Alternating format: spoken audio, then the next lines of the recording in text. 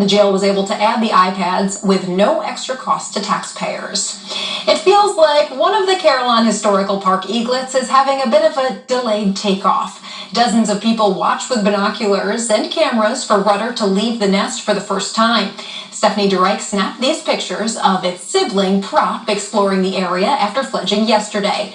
The park opened Monday just in time. The park was closed for so long, so we weren't able to come in and really see them grow up. But what's really great is, we come in, we're still excited about it. We've been following them on our Facebook page and getting updates. And really, this is like a family.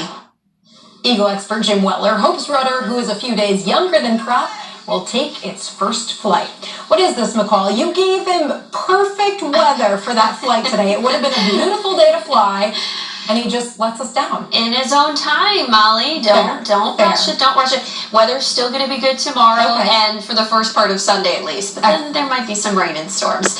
So it's exciting. Maybe I'll have to head down there. Maybe you will tomorrow, Molly, and see if Rudder takes flight. I'm sure we'll see photos regardless, especially if you're in that Facebook group like Molly was talking about earlier today during the commercial break. Live Doppler 7 radar, there is just a few clouds that are streaming through now. There was actually a potent thunderstorm just off to our east at around 8:30, 9 o'clock, and it was skimming right along the Clark County-Greene County line and then headed southward. So we really just missed out on that thunderstorm. I did see a few photos of people capturing that storm off in the distance, and they shared it with me over on social media. So it was a pretty big storm, gusty winds and heavy rain, nothing more than that. All is quiet now as we scan the skies. You'll notice that we have clear and quiet conditions out in Greenville as well. What's interesting though is it's 11:18 and temperatures are still sitting in the mid-70s. We're at 75 degrees.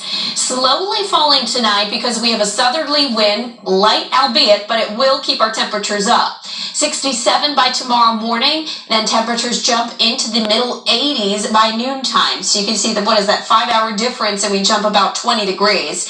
88 at 5 o'clock in the afternoon. There may be a pop-up thunderstorm, but most of us are expected to stay dry tomorrow. Now tomorrow is also the first day of summer, and what that means is the sun is at its northernmost point away from the equator and will be, for us, highest in the sky for the entire year. So we have a very high UV index for tomorrow, and if you're someone like me that's fair-skinned, you easily burn, so make sure that you put the sunblock on and reapply throughout the day. And the strongest part of the day happens to fall anywhere between 11 a.m. and 3 o'clock in the afternoon. The intensity of the sun is actually related to the angle of the sun. So the higher it gets in the sky, the more intense it is.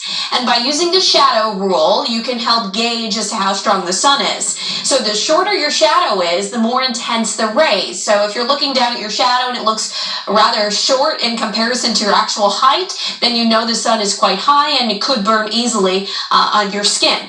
As you look at the angle increasing, you'll start to see your shadow growing longer. If you see your shadow with clouds, with or without clouds, it's still rather strong. Those UV rays can get through the clouds, so you have to keep that in mind as well. Air quality alert in effect for tomorrow. Butler and Warren counties have been under that alert from midnight tonight until midnight tomorrow night.